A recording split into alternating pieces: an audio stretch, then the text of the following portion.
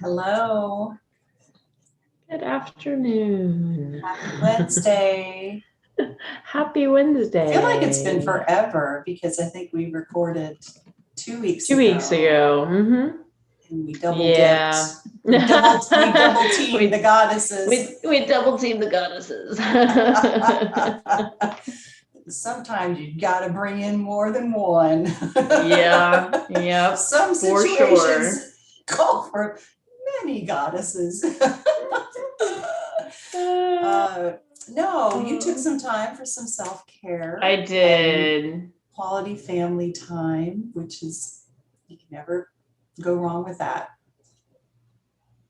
Indeed, it was good. I'm grateful that I took the time and just observing the energies that we're moving about in at the moment. I know. It's Mercury in retrograde, eclipses, we've got the new moon, we have, golly, Gemini season. I mean, the list goes on, right? I mean, us poor Geminis, we always get told Gemini season. Oh.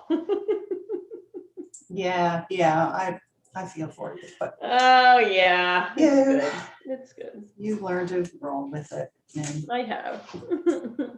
So today we're talking Teresa of Avila, or many people know her as Saint Teresa. And I'm just going to read a little bit about her background from our Divine Feminine Guidebook. Sounds great. All right, to give us some background. Saint Teresa was born in Avila, Spain in 1515. Well, that's a good number. We have to look that up. As an adolescent, she experienced many illnesses and was confined to a bed, which allowed her to begin to explore her own thoughts. I don't know about you, but sometimes my brain and my thoughts is not a playground I want to play in. And in Gemini, being a Gemini, all we do is play in the brain. Just all kinds of thoughts running all the time.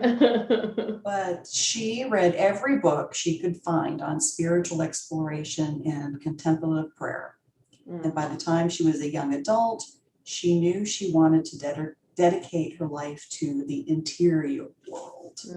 When we talk about the interior world, the tagline for her is, "I trust the answers I find within me. I know that the presence of love is real." Yeah.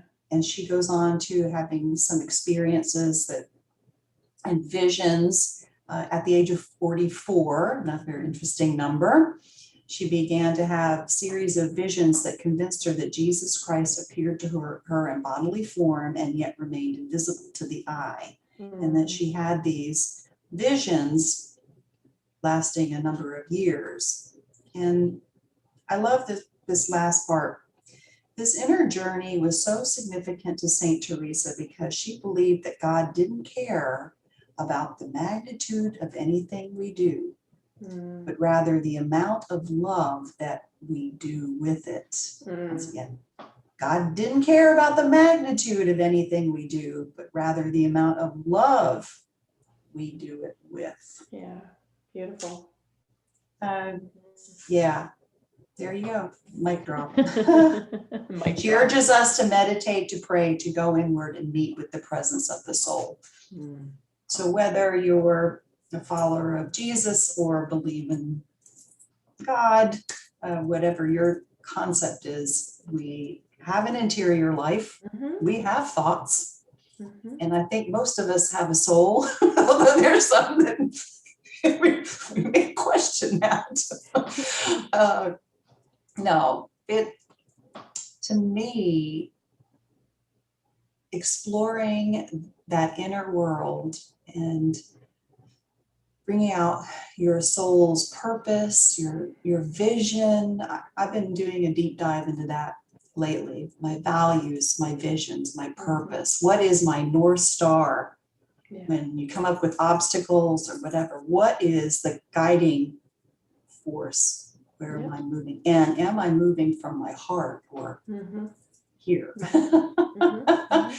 So I know you've been going through quite a transition and trusting your intuition and what's inside of you to guide you. Tell us a little Yeah, about that. I think that we all, as humans, especially humans that choose specifically to take the spiritual journey, right?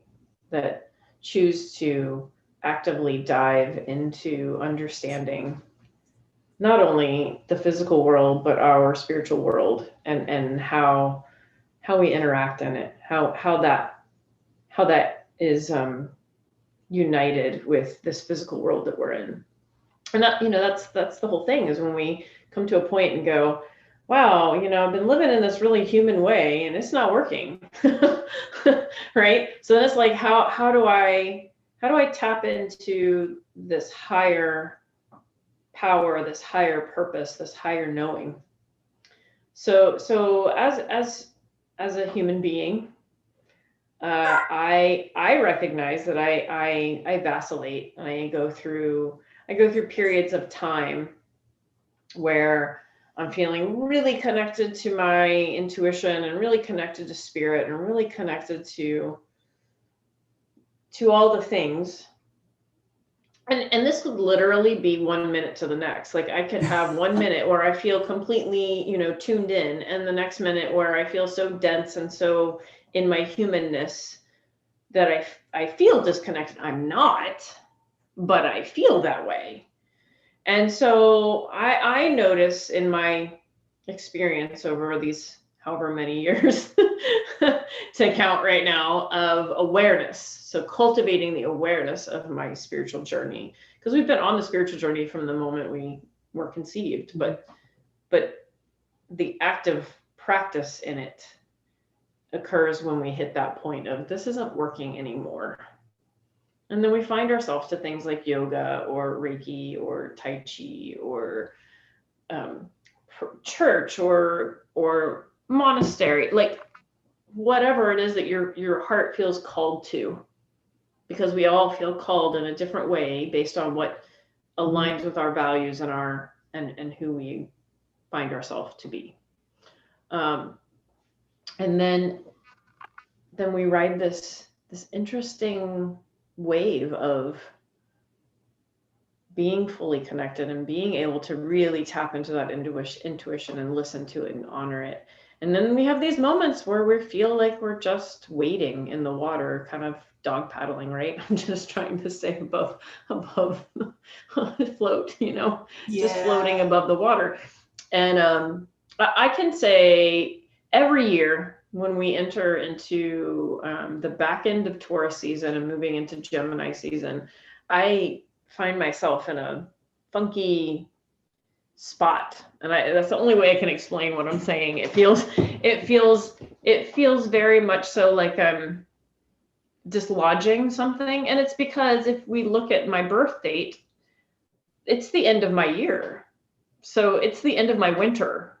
If we look at the calendar of the cycle is closing, and so moving on. Yeah, and I tend to find I'm a little more dense and don't feel as connected. And then we add on top of that major life changes that have just happened in my life in the past 2 weeks.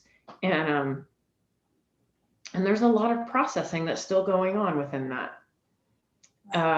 And what a year, so it's like, I can feel this kind of this closing of energy. And when that happens, if we honor the seasons and kind of look at our birth date in that same energy, this is quiet time for me.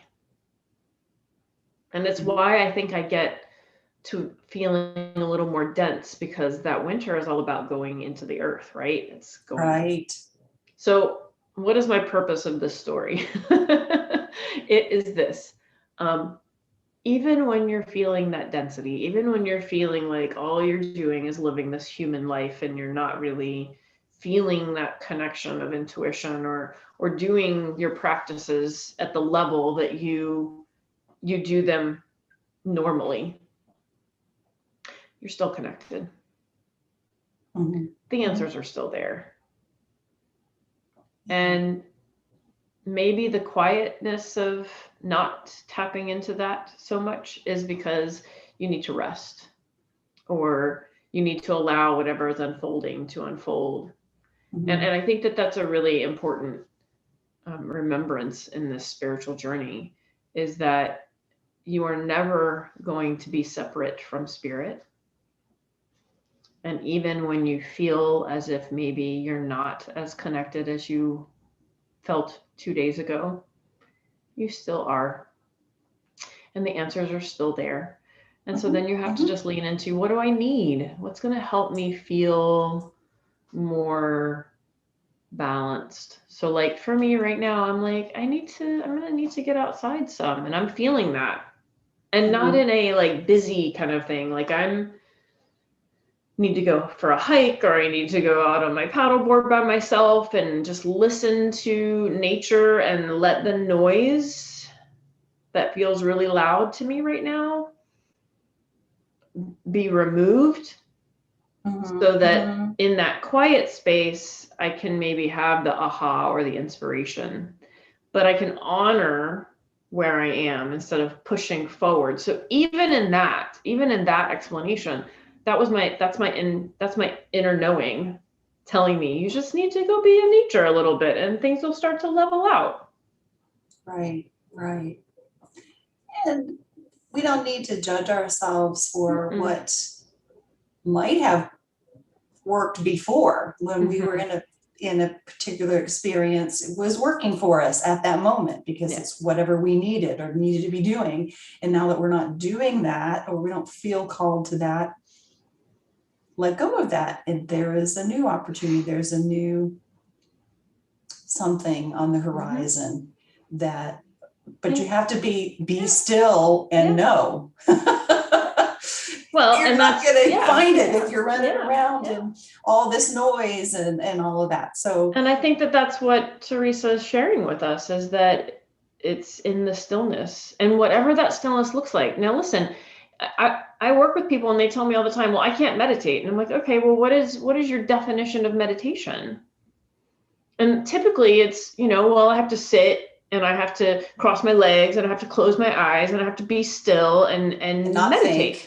and not think, which is not the case. I mean, that's not the purpose of meditation. The purpose of meditation is to focus your energy on a single point, to focus your thoughts into a single point. So it doesn't mean that the thoughts are going to go away. It just means that you can allow yourself to stay focused on the single point while thoughts move through. So that being said, there's all kinds of things that you can do to focus on a single point. When I go and get on my paddleboard, I am focusing on staying on top of it. So that I don't meet the alligator that I saw in the water, 20 feet away from me the other day. Yeah, that's a fun story. He took a ride on the wave like this. I was like, hello. Not the dolphins that you're used to seeing. Right. So the focus here is remain on the paddleboard and don't get freaked out. Honor that spirit is showing you this messenger for a reason. And of course I did. I looked up his message and it was what I needed to hear that day, because spirit was still with me. Right. That was my meditation that day.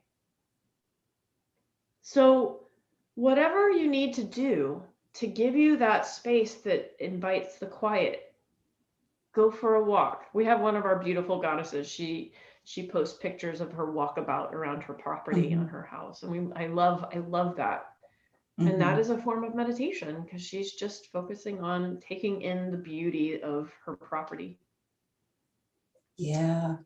I met the gentleman that draws the mandalas in the sand on the beach. I discovered he actually came up to me and introduced himself. We found out we had a lot of things in common, which was very interesting, because the first time I tried to strike up a conversation with him, he was not very happy, but I try to avoid him, engaging with him while he's actually doing it, because that is his form of meditation. Exactly. He gets that rake and that stick, and he walks very purposely around, and it's just amazing to watch the symmetry and all that. But that's coming from his mind's eye, his focus, and he just knows exactly where to step and all of that. And it's beautiful to watch. It really is. And that's his meditation. Mine is, I kind of have a walkabout on the beach, and take my videos and my photographs and stand in the water and just contemplate. I was telling somebody this morning, just looking out at the vastness of this ocean and thinking of what is so much greater than myself. However, that I'm also part of that vast greatness, because I have the ocean, I have the universe inside me. So having that connection is beautiful. So that's really kind of my way of meditating. And it's true, when you bring up the subject of meditation with a lot of people, that's what they think. They need to sit there and not think. No, not going to happen. It is about finding what it is that's going to draw you into a space of peace and calm and just honoring yourself being in that place. So maybe it's coloring, maybe it's taking a run. Like every single person has a different energy, and that energy is met when you honor what it is that's going to bring you into that space. So, my observation is that Teresa is just offering us this message of, first of all, you have the answers within you. And I'm telling you this from a codependent in recovery, because you are never not a codependent. I am a codependent in recovery. In recovery. Oh yeah. And because I constantly find myself going, oh wait, I could totally go down that rabbit hole and be stuck in it. Or I step back and I honor it. But I really needed approval from outside of myself for many years of my life. And the transition to honoring that I had the answers for my own self, that was a long and somewhat painful journey, because there was a lot of loss that showed up out of it. There was a lot of pain and suffering. But what I will tell you is that now that's what I teach people, is how can you tap into your intuition, honor your intuition, and make the decisions based on what is in your highest and best good. It does not mean that you are out to harm anyone. It means that you are choosing your best good first. Right, because that is your journey, and nobody can tell you otherwise, just like other people's journeys are theirs, and who are we to interfere in that? And it is, once you find your truth, or you tap into that and begin to express it, not everybody's going to get along board with it. Yeah, they're not going to like it. But here's the thing, this is what Teresa's telling you. You don't have to be an aggressor whenever you are expressing your truth. You want to be compassionate and kind to those around you, but sometimes when we are expressing our truths, it will not be received well. But at that point, that is not yours. That belongs to the person that is having a reaction to the boundary that you are setting. So know that if you have a dream and you really want to do it, and you're seeking anyone outside of you telling you you can or can't do it, that's your messenger that you need to go within and maybe ask yourself, is this really what I want? And listen. And whenever the answer comes, take action on that, instead of needing someone outside of you to tell you it's okay. Right. Yeah. And that's not an easy task. However, with practice and with dedication to your spiritual journey, that's what devotion is all about. Is you are devoted to honoring that you are one with spirit. Right, right. And devotion leads to the heart. It's heart-centered. And I don't really think you could fault doing anything when it's done With love. pure with love, Mhm. pure love. So like we always seem to bring it back to filter it from here through the heart, wherever it is. Well, and this particular filter it oracle deck through. that we're working with, I think that that's the center of the whole message of this particular author's vantage point, is that because if you have noticed over the weeks, it always comes back to this heart-centered love perspective, which is truly, I believe, I think I can speak for Paige in this, but this is where we come from. This is what is our driving force, is that we have this desire to share in this space from a place of complete, unconditional, unbridled love. Yes, Goddess. Yes, Goddess. Well, with that, we love you. We are grateful for you.